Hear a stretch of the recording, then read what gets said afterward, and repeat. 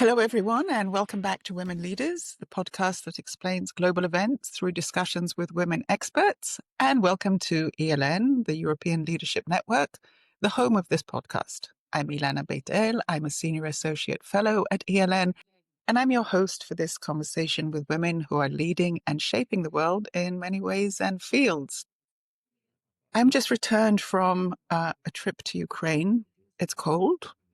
It's as buzzy as ever. It's fascinating as ever, but clearly matters are on a turn. And as are perceptions of Ukraine to a certain extent. Rather than talk about it, it would be much better to understand it. And we're going to do that through two highly experienced journalists, Kristina Zeleniuk, a journalist with, amongst other outlets, the Ukrainian digital media outlet TNS, as well as Associate Fellow with the New Europe Center, and Kim Barker, international correspondent for the New York Times, who also covers Ukraine. Hi, ladies. It's really, really good to see you both here with us. Thanks for having us. Thank you so much. As ever, let's start out with what interests everybody most, and that is, of course, what you do and who you are. Kim, give us a little background, please. So I am American, if you can't tell by my accent. I grew up in Montana and Wyoming and decided I wanted to become a journalist, I think at like age 14 or 15, and then became a journalist and worked a lot locally, and then ended up going over to Afghanistan for the Chicago Tribune, and was there for like 5 years in the region between Afghanistan, Pakistan, and India. Covered that, kind of quit my job in a bit of a fit of anger, or not really. Probably had PTSD when they decided to call me back to Chicago. I left. I got a fellowship at the Council on Foreign Relations. I wrote a funny book about the war on terror, and that was later turned into a movie by Tina Fey, who played me as Kim Baker, therefore taking the most common typo of my name and making it permanent everywhere I go. I became an investigative reporter then at ProPublica, did that for a while, then switched to the New York Times, became an investigative reporter there. And then I joined the international desk at the New York Times at about a year and 3 months ago, something like that. And I focus on Ukraine. And you do it incredibly well, to my opinion, but we're going to come back to that. What was the name of the book and the film, just so that everybody will know? The book was called The Taliban Shuffle, and the movie was called Whiskey Tango Foxtrot. I remember both of them, and well done for doing it. Thank you. Kristina, tell us a bit about yourself. Hi, everyone, again. Thank you so much for having me and us here. It's a great honor for me to speak from Kyiv. Just 2 days ago, we met Ilana personally, having a cup of coffee and a good, excellent conversation about what is going on here and in Europe as well. So again, my name is Kristina Zeleniuk. I'm working as a journalist, Ukrainian one, for more than 14 years now, with 10 years experience in international dimension. During the last couple of years, I successfully implemented numerous projects about NATO enlargement, what to expect after the end of the Russian full-scale invasion of Ukraine, and what fate NATO awaits after it as well. And from September this year, I also became an associated fellow of the New Europe Center. It's one of the leading think tanks, Ukrainian, I mean. So right now we are working together, and I'm trying to combine my journalistic work together with my analytical and expert work as well. I just published my first analytical research for the New Europe Center about Germany, internal politics there, what is going on, the German support of Ukraine. I spent a month there meeting with a lot of politicians, experts, and even military staff. And then together with the new leaders program of the Warsaw Security Forum, we also visited a NATO base near Gdansk. So we traveled a lot. Yeah, but right now I'm in Kyiv, and I'm happy to be at home, despite the fact that we have electricity cutoffs. Maybe in 20 minutes, electricity will be switched off. So don't be surprised if something changes. That's good. Before we do Ukraine properly, let me ask both of you, as somebody herself who started out in the media many, many, many years ago, what drives you initially to become a journalist? Kim? I think I was born a journalist, and I just sort of figured it out when I was like a junior in high school. I think some people are naturally curious. I'm very curious and very nosy. I love interviewing people. I love people. I love getting to know them. I like documents. I like spreadsheets, and I Oh, love to write.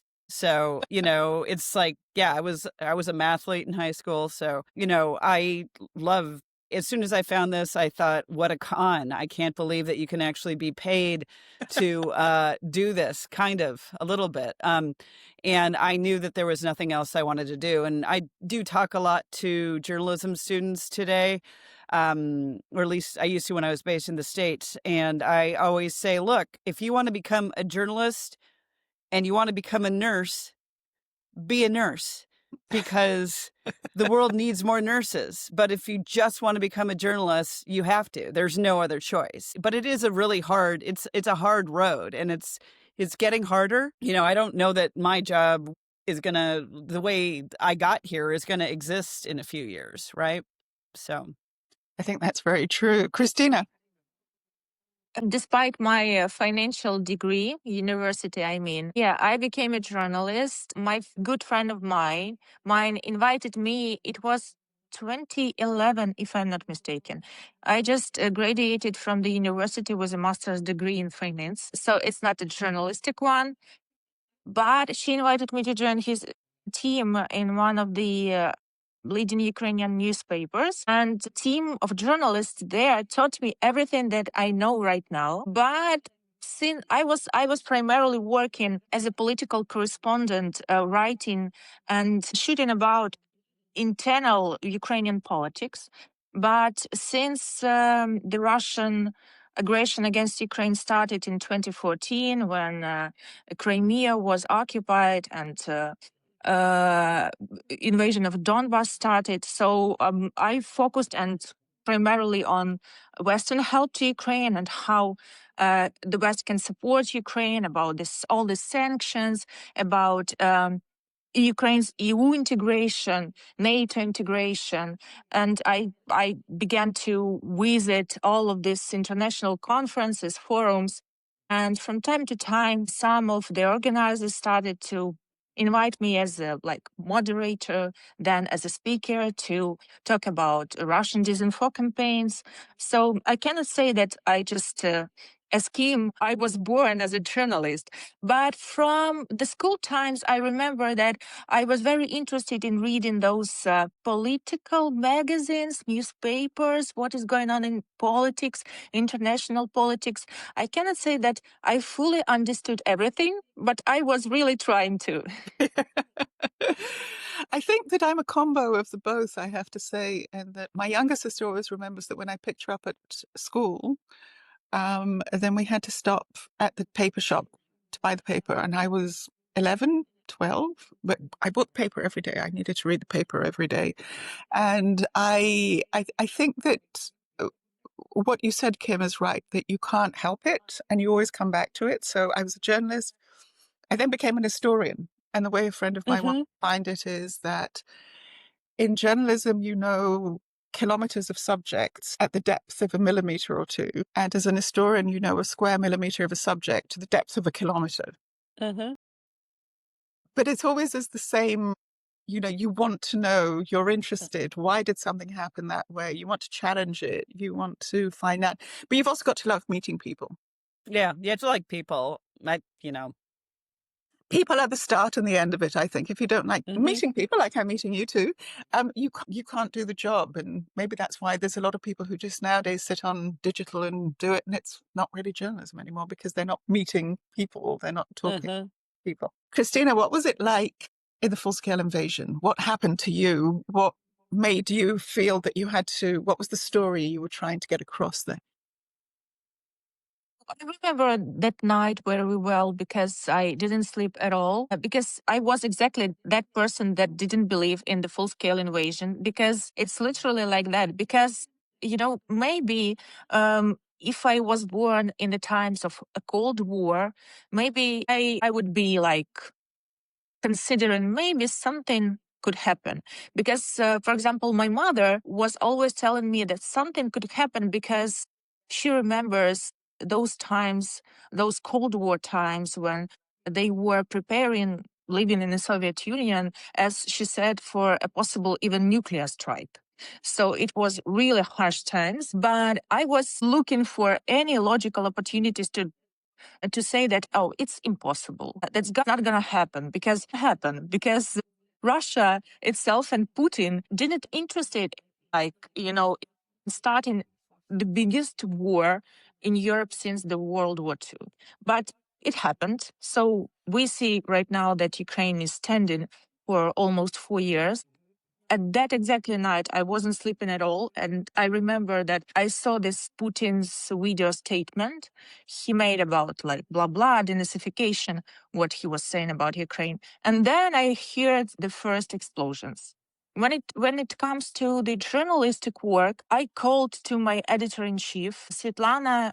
She was at that night in her village house. It's not Kiev. It's like maybe 100 kilometers from Kiev to the north, from where the Russian forces were coming. So she was already under Russian occupations in maybe 2 days or even one day, something like that. And she was lucky to run away from this occupation. But I remember it was about 2 weeks, yeah, or maybe even more. So if maybe you heard about this, about our colleague Dmytro Hiluk, he was captured by Russia uh, in my editors in chief village.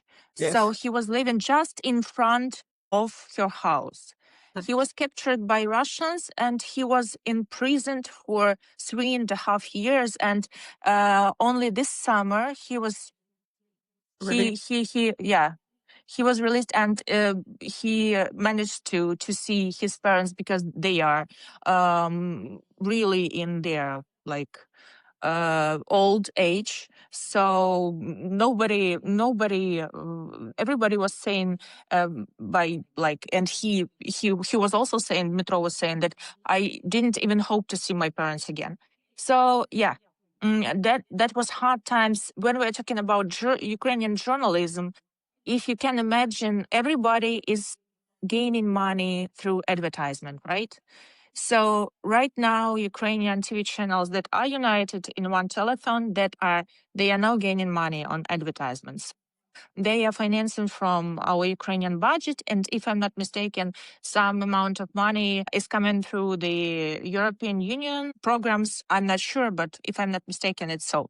So, and when the full-scale invasion started, we didn't know exactly if we gonna receive any salary again. So, and we were trying to comment 24/7 for every like foreign TV channel, newspaper, what is going on here.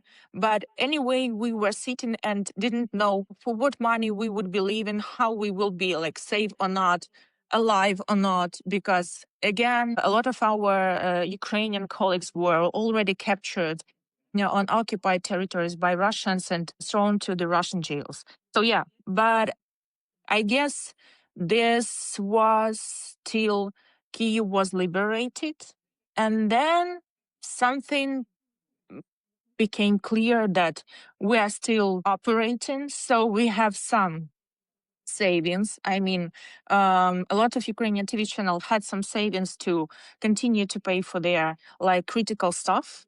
We continue to work, and a lot of my colleagues also received and continue to receive a lot of Western grants for their projects. They are really, really, really successful. I mean, right now, as we see this big corruption scandal in Ukraine, so it's because a lot of these investigations, journalistic, I mean, and a lot of this journalistic articles and programs are existing with the help of Western help and donors. So, yeah.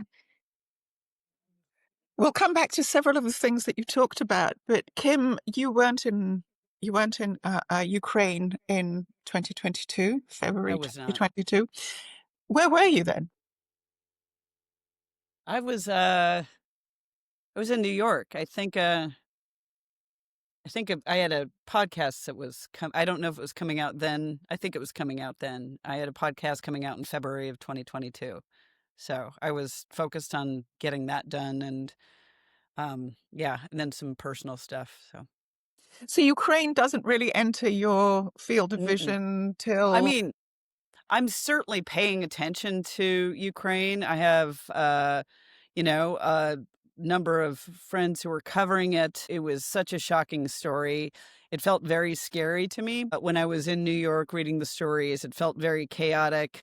Yeah, I was obviously following everything. But at that point in my life, I had sort of like decided, okay, I'm going to be US based. I'm going to do US investigative journalism. So I wasn't thinking about it as a reporter who would cover it, if that makes sense. But that didn't come about until I wanted to move back overseas for personal reasons. My partner lives in London, so not to be completely vague about it. But so I wanted to live in London, and this job was open, like to help cover Ukraine.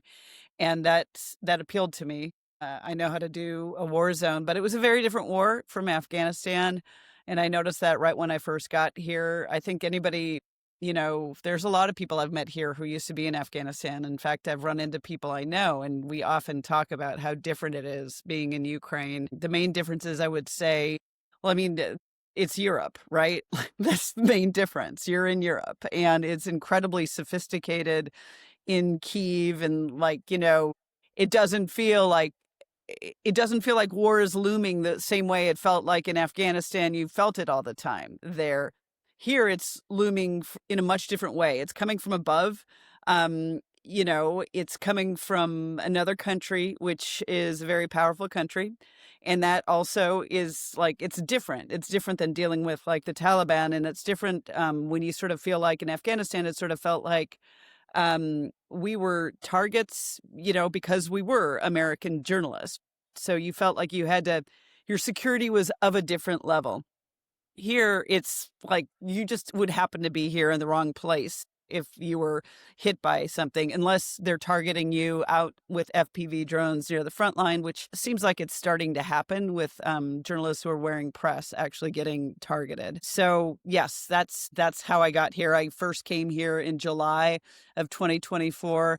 I remember being like, oh, I'm going into this place that, I told my family I would never cover a war again. Told them, I'm like, this war always seemed very existential to me. It seemed like much scarier in a way than covering Afghanistan, because you're talking about Russia, you're talking about a country with nuclear weapons, and these sort of the saber rattling that the Kremlin does. And I was coming in with a friend of mine, Michael Schwartz, who's a wonderful reporter for the New York Times. And he was like, you're going to be fine. You're going to be fine.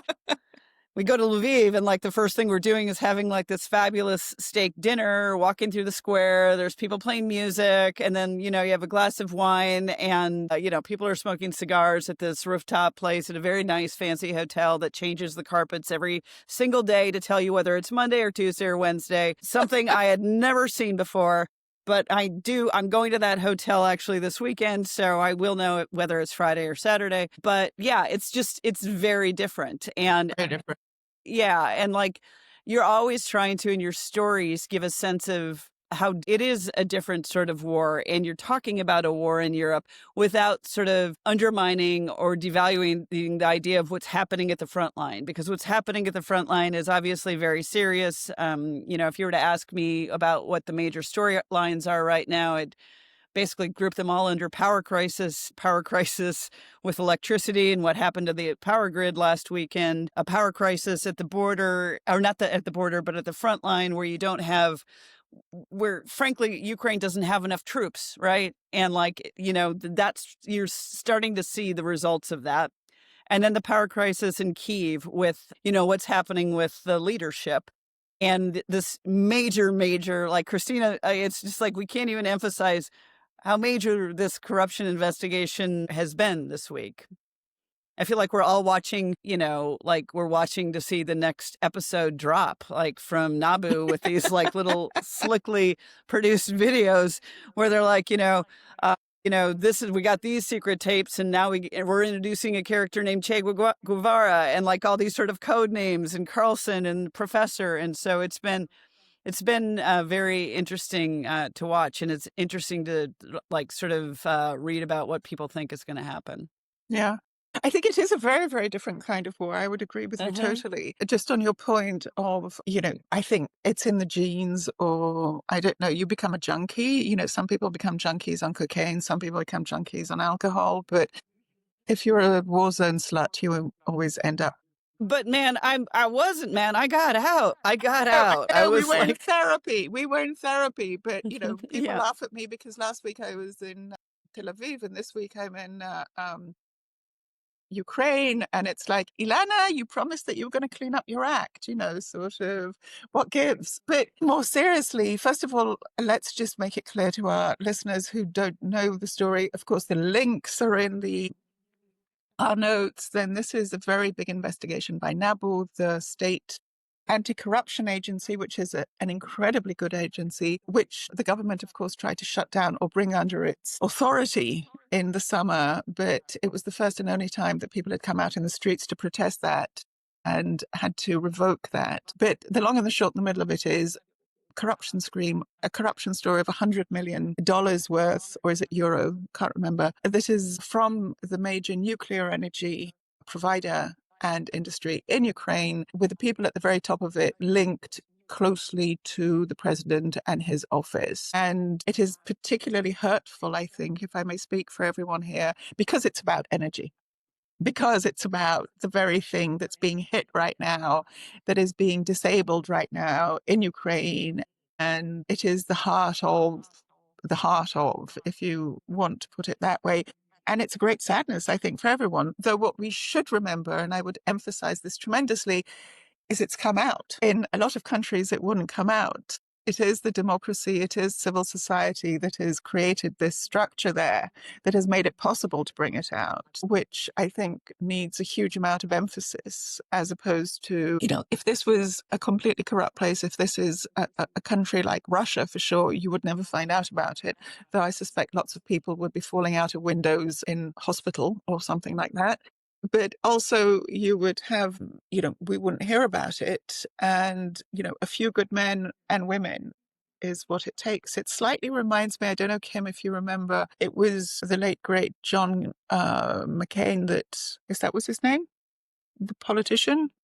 There was a John McCain who was an American politician. Yeah. Republican candidate used to be. Yeah. And John McCain was the one who there was a very dodgy deal to do with Boeing aircraft that the government had bought for hundreds of millions, which he forced to be reopened and which isn't a way of saying it's okay if it's happening. It's not. It's never okay that it's happening, but it is to say that, let's look at this. It happens in a lot of places. The point is getting it, catching it, but it's not nice that it happens in the middle of a war.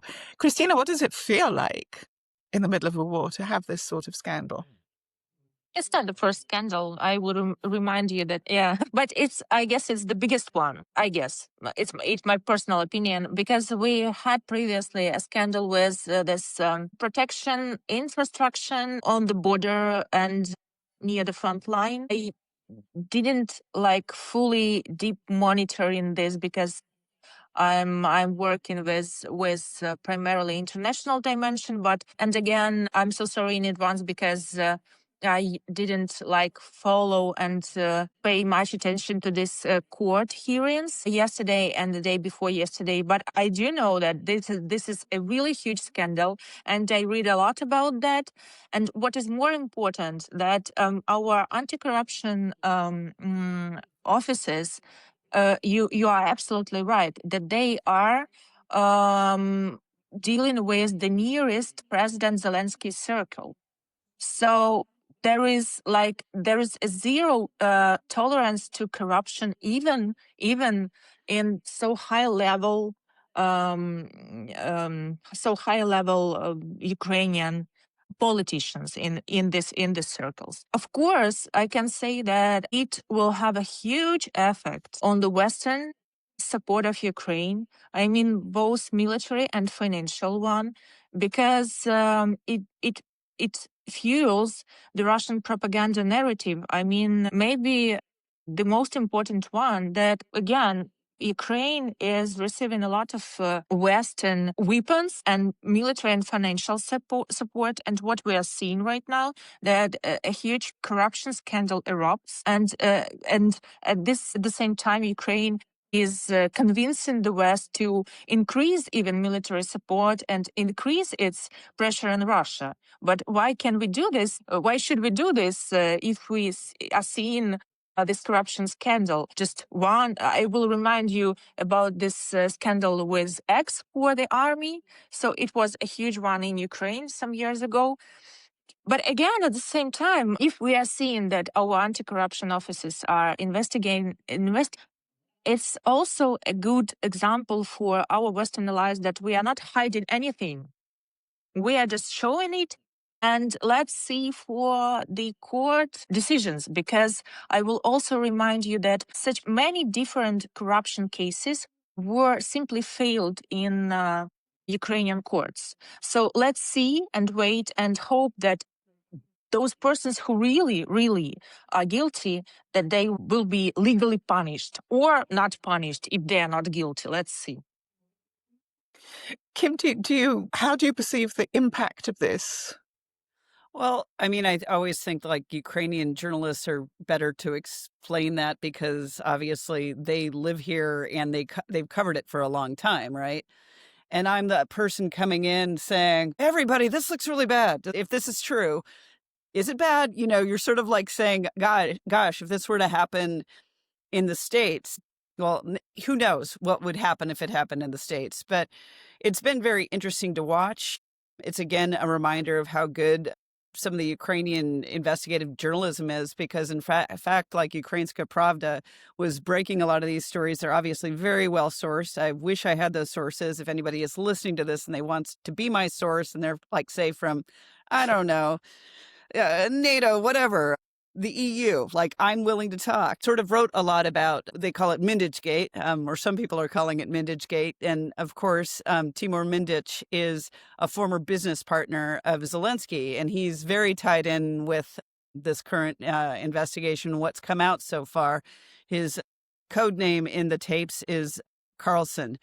It's there. Everybody's got a code name, but it's like, for me, it's been interesting because if this were to happen in the States, I think you'd have the administration saying fake news, right? They'd say, these people are coming after us. This is complete BS. This is not true. This is made up. This is typical, liberal media coming after us. And in here, what you have is an administration essentially saying, please punish these people if this is true. If we're horrified by these allegations. Heads have rolled. The justice minister, who used to be the energy minister, has stepped down or been sacked effectively, and the current energy minister is also gone. But sort of the elephant in the room is what Kristina mentioned, which is, well, these people seem pretty close to the power center here. They seem very close to the presidential office. So I can't imagine the anti-corruption agencies are going to just go away. I can't imagine the story is just going to go away. I can't imagine there's going to be a lot more attention to corruption. And that, as Kristina said, a lot more Western powers are going to be looking pretty carefully at what they're giving here. And what that means. We are entering the 5th year of war. I think in February, that's going to be the 5th year of war. And it feels like next year, and I also feel like people say this every year, but it feels like next year is really going to be what determines what direction things go. Is Ukraine going to get more support? Are they going to have enough money? Are they going to have the weapons? What are they going to do about mobilization and the fact that they're having issues with AWOL soldiers? What are they going to do about all of that? And it kind of feels like next year we're going to see what's going to happen with everything. And I have no predictions. Kristina might, but like I tend to like just let things unfold and see what happens. Kristina, how do you feel about what's going to happen? I just say that nobody knows because it depends on courts. I've told before many corruption cases in Ukraine. I mean, not similar one because it's I guess the biggest one in the times of Zelensky is in power. But again, many corruption cases failed in Ukrainian courts. But let's hope that, for example, with this public interest to this case, this will somehow affect and bring further this investigation further, so that we can see some court decisions and again some guilty people will be punished. But again, we can say that, for example, the European Union is the main Ukraine's financial donor. So we really rely on the European Union and its financial support. I'm not talking even about military support and weapons, providing weapons to Ukraine, because we have a huge budget deficit. That's why we really rely on the December EU summit and this decision that the EU leaders somehow will overcome the Hungarian veto and somehow provide this financial assistance for Ukraine. Because without that, it's impossible to imagine a good financial situation right now in Ukraine. Because the last remark, I spent a month in Germany, and when I just arrived to Berlin, I went to Lidl, the supermarket, and the prices there a little bit lower, or and on some positions are lower even than in Ukraine. I know that we are in war. There are like electricity shortages right now. This affects like eggs prices, like milk prices, etc. But again, yeah, the situation right now, I mean, financial, economical one in Ukraine is very difficult. I think that's very, very true. And there's a whole element there of what is to do with people needing to live a life such as yourself and to feel respect for themselves. And what is an element? There went the electricity. Mm-hmm. Oh, well, that happens. We all know that one. I'll tell you what I find interesting, Kim, which is, and you must find this in relation to other war zones you've been in, and that is the really prominent role of civil society. Yeah. I've never been in a place in which don't even bother in most cases talking to ministers and to the establishment, because actually the main decisions, this is what's moved Ukraine, you could say, over the past 30 years from being, an ex Soviet state to being this, sort of incredible state that Putin wants to take out. But how do you find that in relation to other war zones that you've been to? Well, I definitely still want to talk to the ministers, all right? I definitely still want to talk to the people who are making decisions and the members of parliament. But yeah, there is very sophisticated civil society, very interested in like the principles of democracy. Just look at what happened in Maidan back in 2014. And obviously, Kristina is going to know that way more than I am. But they pushed out a president, a pro-Russian president, right? And like, you could see what happened after those huge protests happened in late July, after President Zelensky's office essentially shoehorned a bill that they wanted through Parliament. I mean, Parliament members didn't even know what was in this thing they were expected to pass. It was given to them the same day as part of an amendment. Pass this thing. You're going to pass this thing. They passed it. It defanged these anti-corruption bureaus that we're talking about. And these are the same bureaus like this. You have NABU, and then you also have the prosecutor division of that, which is SAPO. And they had already basically indicated they were coming after members of the president's inner circle. There had been charges filed in at least one case, searches in other cases. And so in late July, people came out on the street after this new law was passed. And they were like, no, not here. And these were very large protests. These were across the country.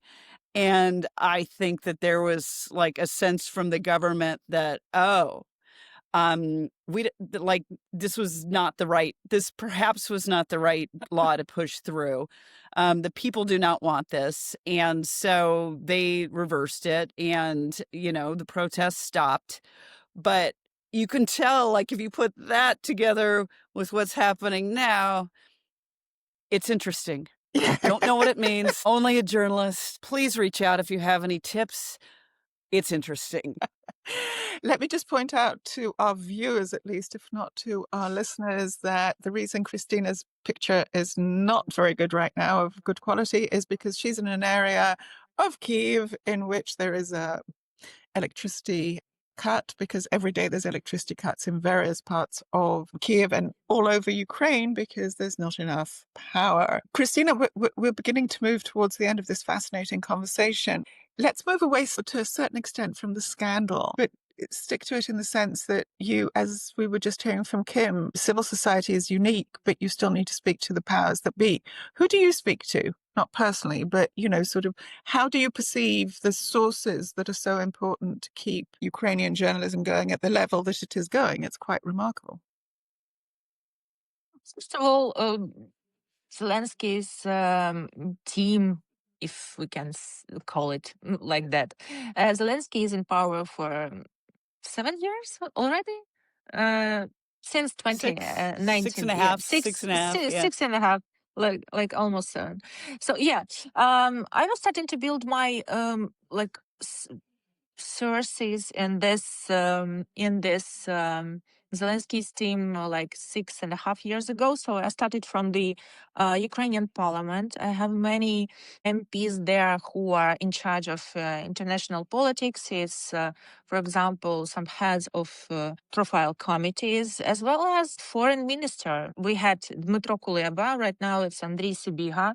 So they are career diplomats. So they are really helpful. They are usually conducting their off-the-record sessions, both for civil society and journalists. So we keep in touch. It's not, I'm going to say that they are not hiding anything or anywhere. We're also we have a good connection. So again, and with the presidential office, I mean, with those part which is responsible for also international politics and work with our Western partners in the allies, something like this. And but again, when it comes to working with Western politicians, it's really, really hard right now, I guess, to do so because, for example, it's a very interesting example because when I was in Berlin, I made an interview with the head of Bundestag Defense Committee, and they were really careful with me, despite the fact he knows really English really well. He brought with him his translator. But again, maybe it's a really sensitive topic for them because right now they are in process of reforming their army, about increasing their defense spending. So maybe it's because of that. But I don't know. Let me ask you one more question, because this is very relevant. I know from a lot of countries, the main difference, if you want, between an international reporter and a local reporter that's covering the war in their country. How do you balance out your sense of, I really need to get this out, but I also have to make sure that it doesn't harm Ukraine at war? Yeah, it's a really interesting and good question because I remember when together with my colleague, it was November 2022, we were given a lecture in Kyiv University for the students, for future diplomats, and they also asked us together about how you are remaining an independent journalist in the times of war. I answered that is simply impossible because when it comes to protecting your own interests of your own country and reporting about the war for a foreign audience, it's simply impossible for Ukrainian because for Ukrainian citizen equal like Ukrainian journalists, because imagine if someone is entering your house, kills your wife, your children, kills your dog, whatever you like, you love. and you are a journalist and you need to tell the story to the audience. So what can you tell about this? You are telling the truth. Yeah. Maybe for international journalists and foreign correspondents who are working in Ukraine, it's different. But for Ukrainian journalists, it's something like this. So the balance about the war and telling this war story for a foreign audience, it's like this. But when it comes to the corruption cases, I guess it's a different one because you need to tell the first point. You need to tell the truth. And the second point, you need to convince foreign audience that we are still relying on your help. That's why it's really good that we have these cases to be investigated, and we are not hiding anything. But as the Ukrainian citizens and Ukrainian journalists, we're also interested in those people to be punished by our Ukrainian court decisions. So I guess maybe something like this. Kim, what's the difference for you as an international journalist? I mean, I don't know that there would be. I don't know. I'm not Ukrainian, so it's always difficult for me to say. I am always motivated by a profound sense of outrage in everything I do. I might write funny about that, but I'm deadly serious when I I feel like covering that, like getting motivated is something that's very much a part of my work, right? Whether it's writing about a children's camp in Ukraine or whether it's writing about, something else. I think I know plenty of Ukrainian journalists who can separate the fact that, like, I am a Ukrainian and I'm also a journalist. I mean, I don't really know anybody who doesn't separate who can't do that, right? Because when you're a journalist, you just are that first, I think. You identify what you are, what's your nationality, what do you do, what's your religion, right? They would always play that game in Afghanistan. What's first? It's usually religion, right? For me, it's journalist, right? And I think for a lot of journalists, it's journalist. That's the first thing you are. So even if it reflects badly on your country, even if like this might like cause something bad to happen, you can't think about that. You have to think about the bare facts. Is this a story? Is this an important story? And therefore, how can I tell it in the best way? What I care about is I don't want to get anybody else killed, right? Like I don't want to get somebody who's Ukrainian, somebody who's helping me. I want to make sure they're protected. That's the only thing that'll make you hold your fire a little bit. And you'll have that in cases like, with, Hamid Karzai's brother in Afghanistan, for example. Like, it was a thing where you're just like, if I do that story too hard, if I use that's going to put this person in danger. And that's the one area that I'll look at. But other than that, anything's fair game. Well, this has been extremely fair game, ladies. I could go on and on and on and on and on, but I really want to thank you for joining us because it's been really, really, really, really great. Thank you. And that's also a wrap on this episode of Women Leaders. Thank you so much to our guests, Kristina Zeleniuk and Kim Barker. Keep listening to our conversations and support us with a subscription on your podcast platform. Leave us a 5-star on Apple Podcasts and Spotify. And of course, add to the conversation with your comments. In addition, help support our podcast and spread the happy word of this episode to friends, colleagues, enemies, family, and anyone you think would like it. We're on all media, so reach out on Instagram as @women_leaders_podcast and on ELN Twitter, Facebook, and LinkedIn. All information and links mentioned in the episode can be found in the notes. I'm Ilana Beit-El, together with my friend and producer, Florence Ferrando, and we'll be back very soon with another great conversation.